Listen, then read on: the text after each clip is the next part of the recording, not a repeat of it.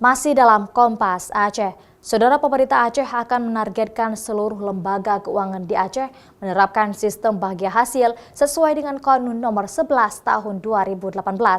Hal ini disampaikan dalam kegiatan edukasi ekonomi dan keuangan syariah kepada jurnalis di Kota Sabang selama 2 hari yang digelar oleh Bank Indonesia Perwakilan Aceh. Bank Indonesia Perwakilan Aceh menggelar kegiatan edukasi ekonomi dan keuangan syariah kepada jurnalis di Aceh selama 2 hari di Kota Sabang. Kegiatan ini merupakan sosialisasi Konun Nomor 11 Tahun 2018 tentang lembaga keuangan syariah di Aceh. Pasalnya, pemerintah Aceh akan menargetkan seluruh lembaga keuangan di Aceh menerapkan sistem perbankan syariah.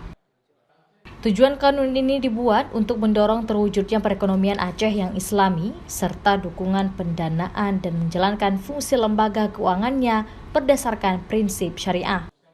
Saat ini ada sebagian bank yang sudah mengkonversikan dari bank konvensional ke bank syariah, seperti BNI, BRI, Bank Aceh, dan bank swasta lainnya. Dari informasi yang saya peroleh dari pimpinan perbankan di sini, termasuk dari pusat, mereka tidak ada keluhan, tidak ada kekhawatiran. Intinya mereka menginginkan masyarakat juga menyambut baik. Kalau dari sisi perbankan, mereka menyambut baik dan sudah mempersiapkan, mengantisipasi sejak awal.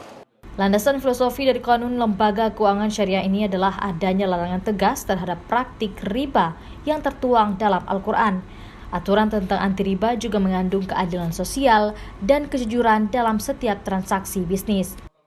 Saat ini proses konversi lembaga keuangan syariah di Aceh sedang dilakukan secara bertahap, baik dari sisi keuangan maupun lembaga perkreditan rakyat yang berkantor di Aceh.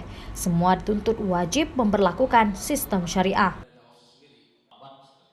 Nova Misdayanti, Kompas TV, Sabang.